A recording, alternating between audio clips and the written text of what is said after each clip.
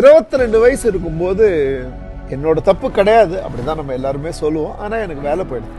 திடீர்னு வேலை போன உடனே இப்போ போய் அப்பா அம்மா கையில வந்துட்டு எனக்கு வேலை இல்லை, அடுத்த மாசம் சம்பளம் வராதுன்னு எப்படி சொல்ல போறேன்னு தெரியல. ரொம்ப வருத்தத்துல இருந்தேன்.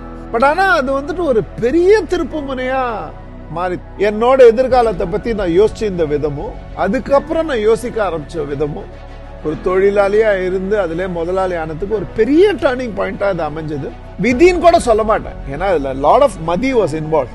இதை நான் ஒரு திருப்பு முனையா மாத்த போறேன் அப்படின்னு முடிவெடுத்து மாத்தின ஒரு டெசிஷன் அது. ஸோ முடிஞ்சு போச்சுன்னு ஒரு ஸ்டேஜ்ல வந்துட்டுல எடுத்த சில முடிவுகள்னால, அண்ட் முடிவுகள் மட்டும் முக்கியம் இல்ல, கடைப்பிடிக்கணும். இன்னைக்கு நான் ஒரு டேக்லைனாவே யாருக்கையில வேணா சொல்லுவேன், நீங்க முடிவு எடுத்தீங்களானா உங்க வாழ்க்கையில முடிவே கிடையாது, ஆரம்பங்கள் மட்டும்தான். புதியதொரு ஆரம்பம் தான் எல்லாமே.